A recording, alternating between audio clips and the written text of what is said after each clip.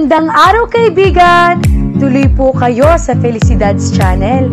Sa mga kwento ng buhay at pag-ibig na hinalukay sa natatagong baul ni Felicidad. Pero bago po tayo magpatuloy, huwag niyo pong kalilimutan na i-like ang video, i-subscribe ang channel, at i-click ang notification bell para lagi kayong updated sa mga parating pa na upload.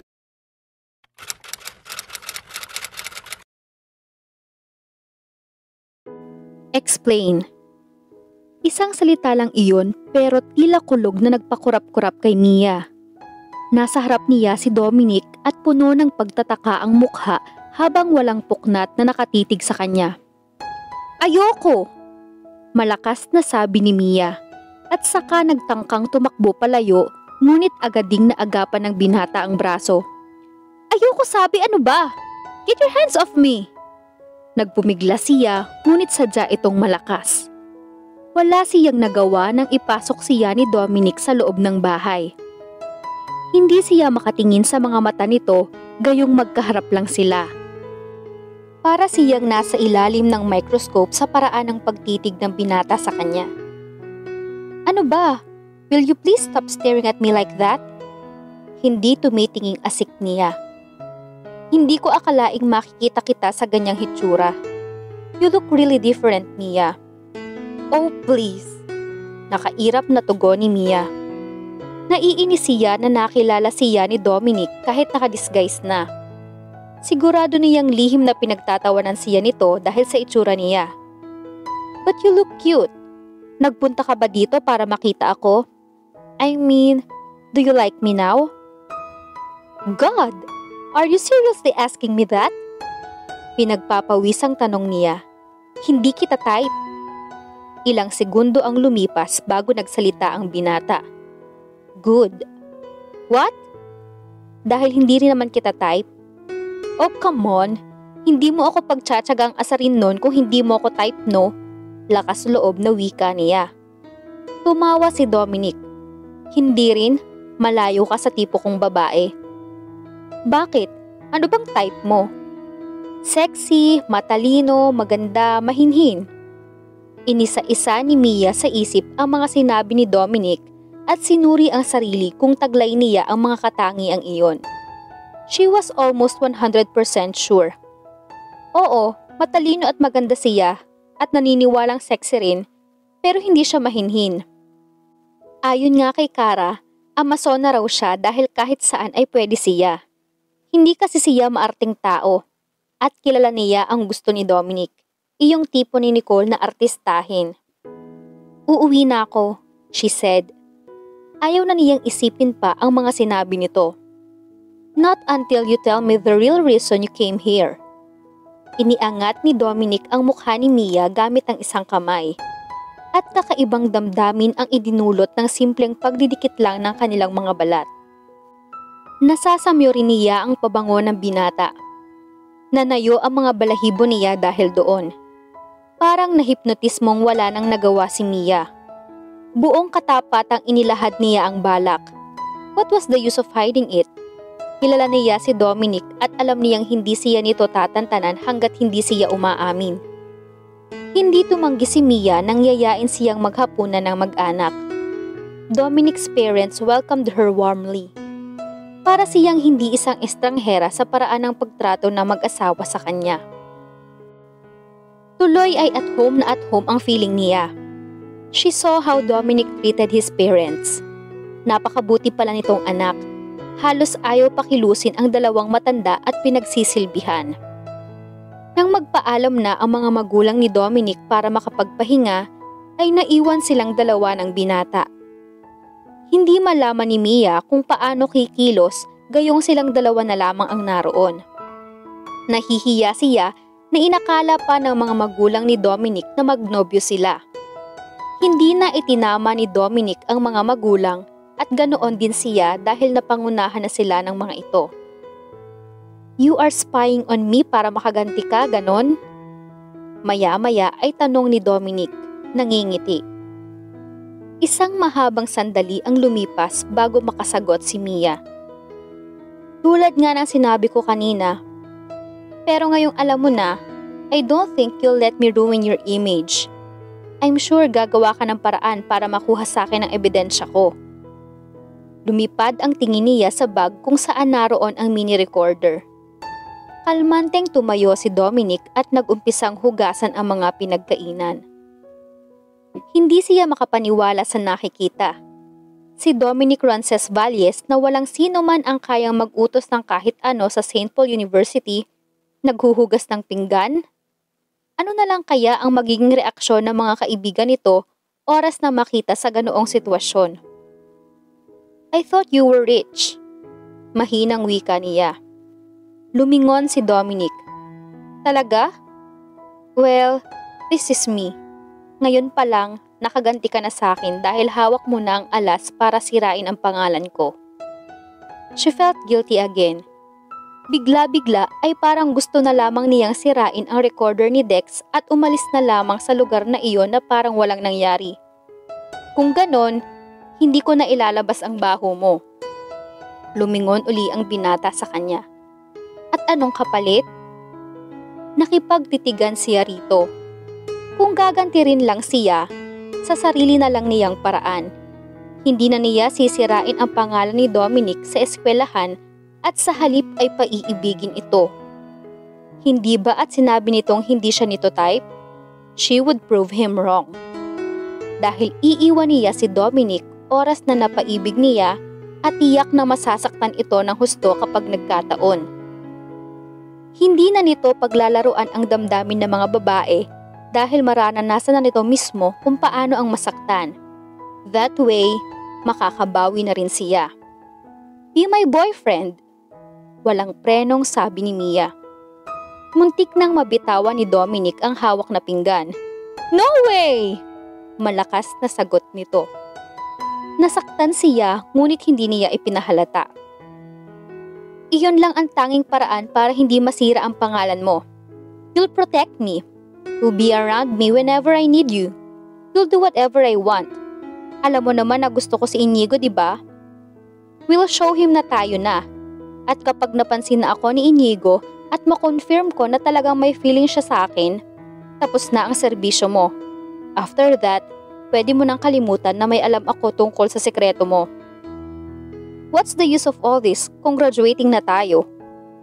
Gustong batukan ni Mia ang sarili sa katangahan. Oo nga pala, bakit hindi agad niya naisip? Pero mabilis siyang nakapag-isip ng palusot. Pagkatapos ng graduation, alam kong may communication pa tayo dahil napag-alaman kong sa Roncesvalles kayo magtatrabahong magkakaibigan. Sa company kung saan inakala kong CEO ang father mo. My dad also works in Roncesvalles as an account executive. Roncesvalles was a group of companies at talaga namang big time dahil sa lawak ng industriyang hawak tulad ng low-cost housing at e-commerce. Tina-target ni Dominic at ng mga kaibigan na pumasok sa Roncesvalles pagkatapos ng graduation. Kay Aaron nalaman ni Mia ang tungkol doon. Kaya masisira mo pa rin ang reputasyon ko, ganun ba? Just help me get Inigo and we're done. Sa halip ay tugon niya.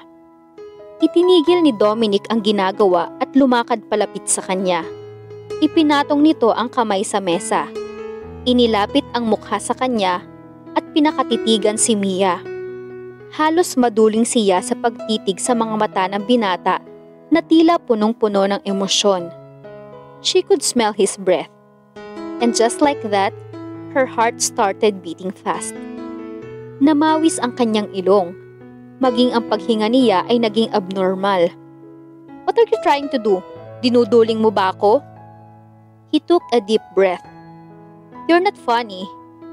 Anyway, hindi ko alam kung bakit ito ang naiisip mo.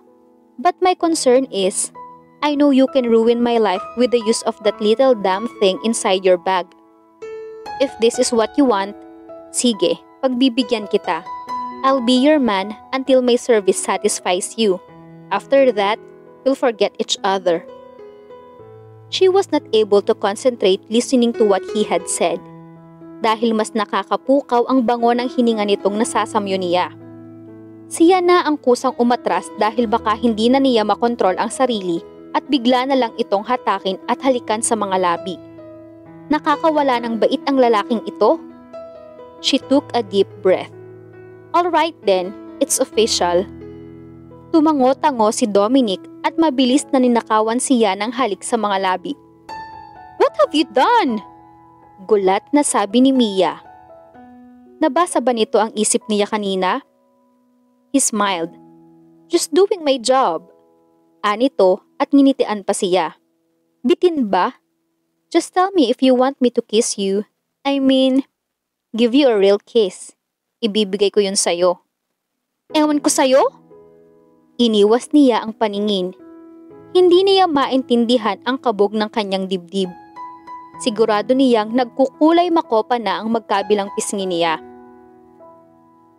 Magkahawak kamay na pumasok sina Mia at Dominic sa gate ng St. Paul University. And for her, that just felt so right.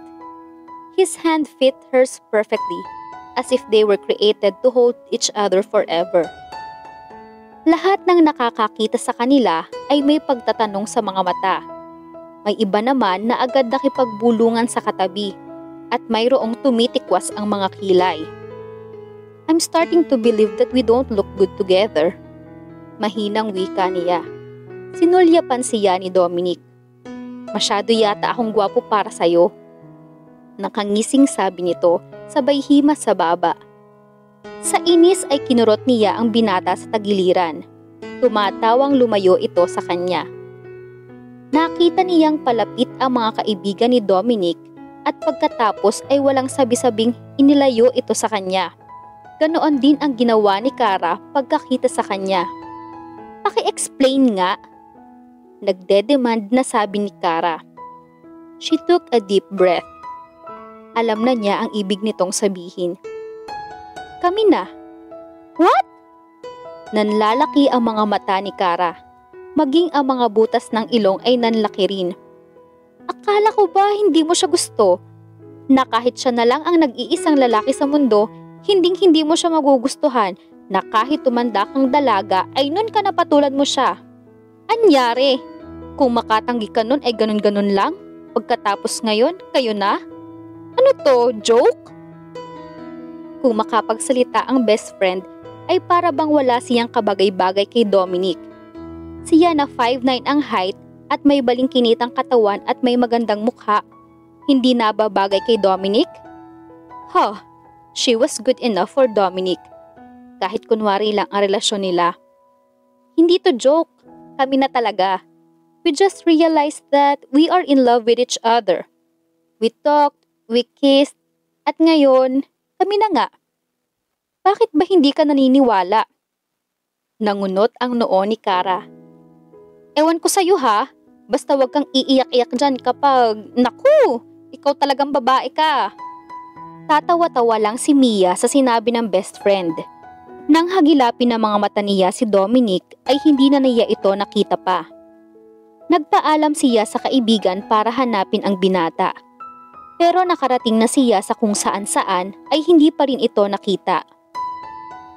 Habang nasa klase ay hindi pa rin nawala sa isip ni Mia si Dominic. Siguro ay nasabi na nito sa mga kaibigan ang tungkol sa nalalaman niya at natanggap ng mahirap lang at dahil doon ay hindi na siya kailangan pa. Hindi na namalaya ni Mia na nagpaalam na pala ang professor. Inexplain lamang daw nito ang tungkol sa graduation ball sa susunod na buwan ayon sa classmate niya. Siniko siya ni Cara. Okay ka lang? Tumango siya at ngumiti. Nakauwi na at lahat ay hindi na nakita pa ni Mia si Dominic. She was already worried, but what could she do?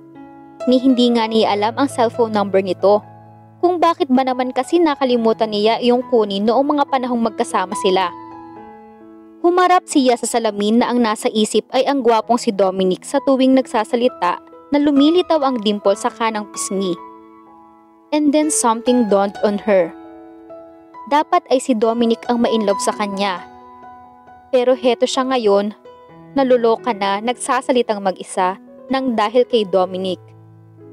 Nalaman nga niyang mahirap lang si Dominic pero hindi iyon naging kabawasan sa pagtingin niya sa binata.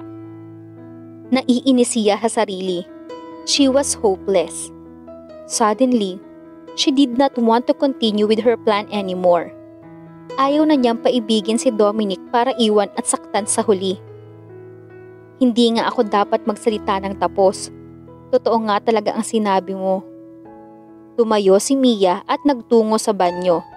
Pero pinakatitigan lang niya ang tiled na sahig. Gustong isasara na niya ang sliding door na naghihiwalay ng silid at veranda nang matigilan siya. Nakita niyang nasa labas si Dominic, right there on the same spot. Gusto man niyang puntahan ang binata ay hindi maaari dahil gising pa ang parents niya. Surely, magagalit ang mga magulang niya kapag nakita si Dominic. Mabilis siyang bumalik sa loob ng silid at isinulat sa papel ang cellphone number niya. She crumpled the paper and threw it at him. Agad na dinampot ni Dominic ang papel at tiningnan ang nakasulat. Maya-maya pa ay tumutunog na ang kanyang cellphone. My parents are here, agad na sabi niya pagkasagot sa tawag. Gusto sana kitang kausapin kahit sandali lang. May sasabihin lang ako. God, she missed his voice so much. Ngaling-ngaling talunin na lamang niya ang veranda para makasama lang ito. Hindi pwede. Nagpakipot siya. Please? May kung anong mainit na bagay na humaplos sa puso ni Mia pagkarinig sa salitang iyon. Kay sarap pakinggan. Ano kaya ang sasabihin ni Dominic kay Mia? Gusto na kaya nitong itigil ang kanilang peking relasyon kaya hindi ito nagpakita buong maghapon sa dalaga? Alamin natin sa susunod na kabanata. Abangan!